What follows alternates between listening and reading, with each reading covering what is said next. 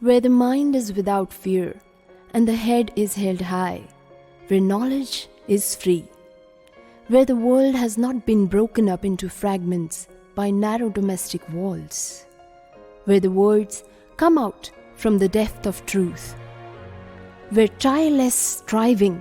stretches its arms towards perfection, where the clear stream of reason has not lost its way into the dreary desert and sand of death habit, where the mind is led forward by thee into ever-widening thought and action, into that heaven of freedom, my Father. Let my country awake, let my country awake.